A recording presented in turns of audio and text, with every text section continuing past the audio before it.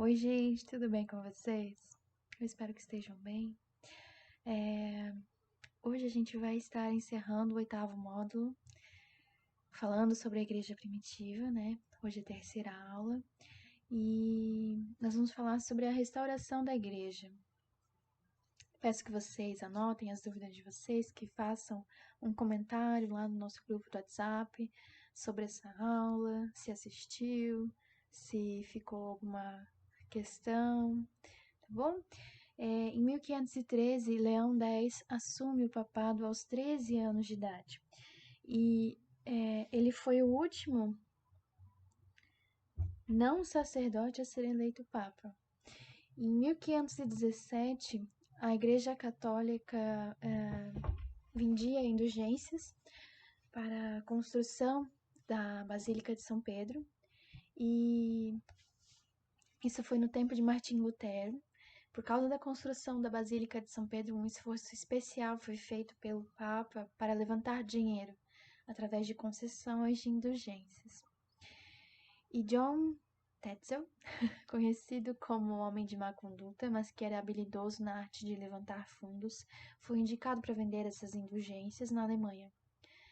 E diante da cruz foi colocado um cofre de ouro para receber o dinheiro, e em seguida o povo era induzido de várias maneiras a comprar essas indulgências, né? E esse homem levava consigo um quadro do diabo, atormentando as almas no purgatório, e repetia frequentemente as palavras que apareciam na caixa de dinheiro, que era assim que o dinheiro no cofre cai, a alma atribulada do purgatório sai. Então, os ricos davam grandes doações, enquanto os pobres camponeses sacrificavam o que podiam a fim de ajudar seus entes queridos no purgatório, né? Ou para seu próprio perdão dos seus pecados. E em 1517, Lutero lançou as suas 95 teses contra a Igreja Católica.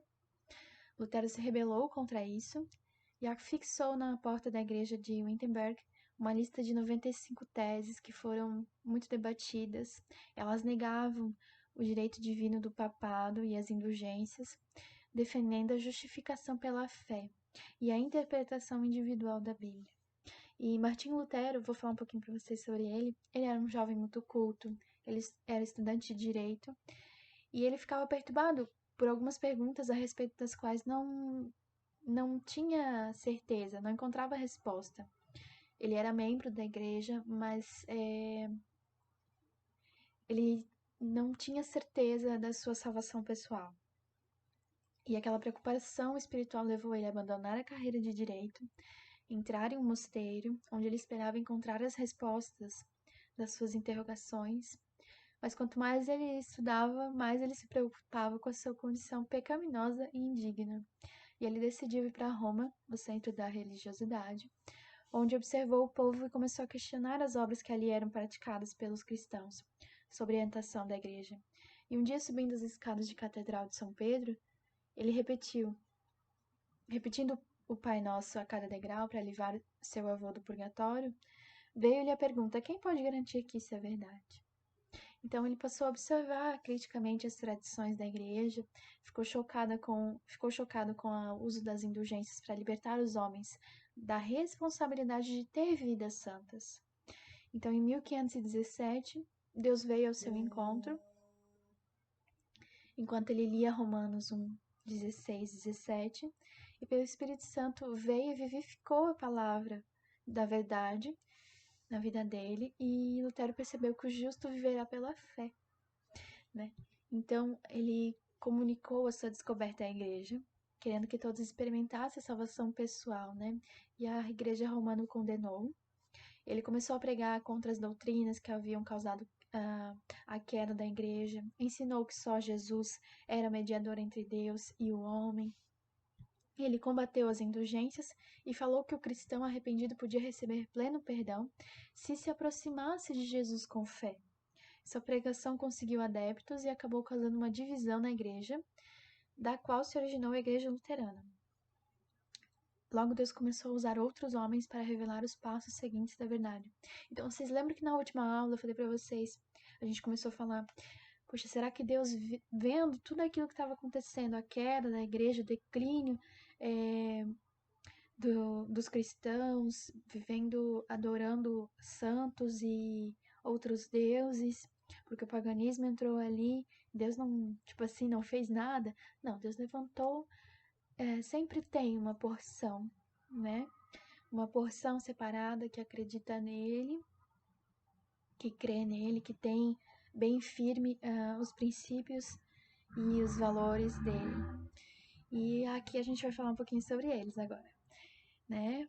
Martinho Lutero, em 1521, o Papa Leão X excomungou Lutero do catolicismo romano. E em 1536, Calvino publicou a sua principal obra, onde ele defende a teoria da predestinação, onde ele diz mais ou menos que alguns estão predestinados a irem para o céu. Ele quer dizer, por exemplo, que alguns são filhos de Deus, né? E alguns não. Tá aqui, deixa eu abrir aqui para vocês. Eles baseiam a sua doutrina na predestinação, na perspectiva de que Deus predestina prévia e absolutamente a humanidade, escolhendo entre homens aqueles que irão se salvar e aqueles que serão condenados. Então, aí, a partir disso, 1541, Calvino fundou a Igreja Calvinista, a futura Igreja Presbiteriana. Em 1557, foi o primeiro culto protestante celebrado no Brasil por um pastor francês no Rio de Janeiro. Em 1604 nasceu a Igreja Batista. Gente, é uns nomezinhos que eu não sei se eu vou falar certo, tá? Se vocês quiserem pesquisar depois, eu mando por escrito lá no grupo para vocês. Mas Rubinmeier, Grebel e Mans começaram a duvidar da validade do batismo infantil, se a salvação provinha da fé, como é que crianças que não tinham profissão da fé podiam receber o batismo? Elas não tinham pecados, nada, são puras, né? Então, por que elas têm que ser batizadas, né? Então, cada vez mais cristãos passavam pelo batismo nas águas, engrossando a fileira dos anabatistas, que deram origem à Igreja Batista. Em 1730, Wesley liderou o maior movimento da história da Grã-Bretanha e lançou as bases do metodismo. Desculpa. Ele ensinava que Cristo não havia somente providenciado um lugar para nós na eternidade, mas que ele oferecia uma vida nova e gloriosa no presente. Que se estamos em Cristo, somos novas criaturas e temos responsabilidade de viver como novas criaturas. Então, ele instituiu a disciplina e o método do estudo da Bíblia, dando origem à Igreja Metodista. Em 1835, Albert Benjamin Simpson lançou mãos de um ministro presbiteriano que pregava a existência de uma provisão de Deus para a cura das doenças do espírito e as do corpo, porque a natureza do homem é um ser material e espiritual. Então, às vezes, nós precisamos de cura espiritual e às vezes nós precisamos de cura física, né? Passamos por doenças. Então, ali ele estava pregando que Deus tinha cura. Então, esse homem fundou a Aliança Missionária Cristã e teve um tremendo sucesso em campanhas de cura. Em 1905, no início deste século, irrompeu um avivamento no país de Gales, na Carolina do Norte, em Los Angeles, liderado por cristãos que experimentaram o impacto do batismo do Espírito Santo. O maior deles, e de mais impacto, foi o de Los Angeles em 1906, que se chamou o Avivamento de Azusa Street. O Avivamento da Rua Azusa tem um livro contando essa história, para quem quiser e tiver interesse em saber mais. É muito bom, gente. A gente lê o que os testemunhos de fé, né, dessas pessoas que já passou um tempo, que não tinham todas as condições de ministrar a palavra de Deus, de envolver pessoas, sabe? Hoje nós temos muitas condições, né? Nós temos a internet, nós temos muito conteúdo fácil. Eles não tinham antes, mas eles fizeram um grande avivamento. Eles foram usados para trazer um grande avivamento sobre o povo. E é muito bom ler esses testemunhos para avivar a nossa fé. Então, os cristãos começaram a falar em línguas com fortes manifestações exteriores, muitos caindo ao chão. E a doutrina central desse movimento era o batismo do Espírito Santo, com a evidência de falar em línguas. E a vivificação da verdade do batismo do Espírito Santo surgiu também uma ênfase renovada nos dons do Espírito, que são dados pela graça de Deus, e o fruto é formado no caráter do cristão por um processo gradual. Como a gente já falou sobre os frutos do Espírito Santo, né? A gente sabe que não é do dia para a noite, que leva tempo, é uma questão de constância na sua caminhada cristã. Então, nos anos 50 e 60 houve maior onda de cura divina da história da igreja. Na década de 70 começou de forma forte a cura interior, a quebra de maldições.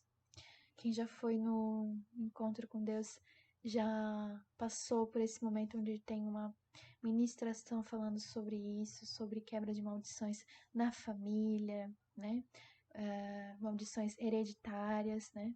Então, no fim do século XX foi formado pela restauração, foi marcado pela restauração da salvação em massa e o grande avanço da igreja. Então, muitas pessoas foram salvas. E hoje o Espírito Santo clama por cristãos que estejam dispostos a continuar a restauração completa da igreja do Senhor Jesus. Que o objetivo é que o reino de Deus venha, que o céu desça, né? Então, a nossa missão é trazer o reino de Deus para a terra. Então, a igreja foi restaurando. Quando ela chegar no estado completo, a missão terminou. Amém, gente? Essa é a aula falando sobre a Igreja de Cristo, sobre a restauração da igreja. Se tiverem dúvidas, podem mandar depois, tá? Até mais, até segunda-feira, na nossa chamada no Zoom. Beijos, até lá!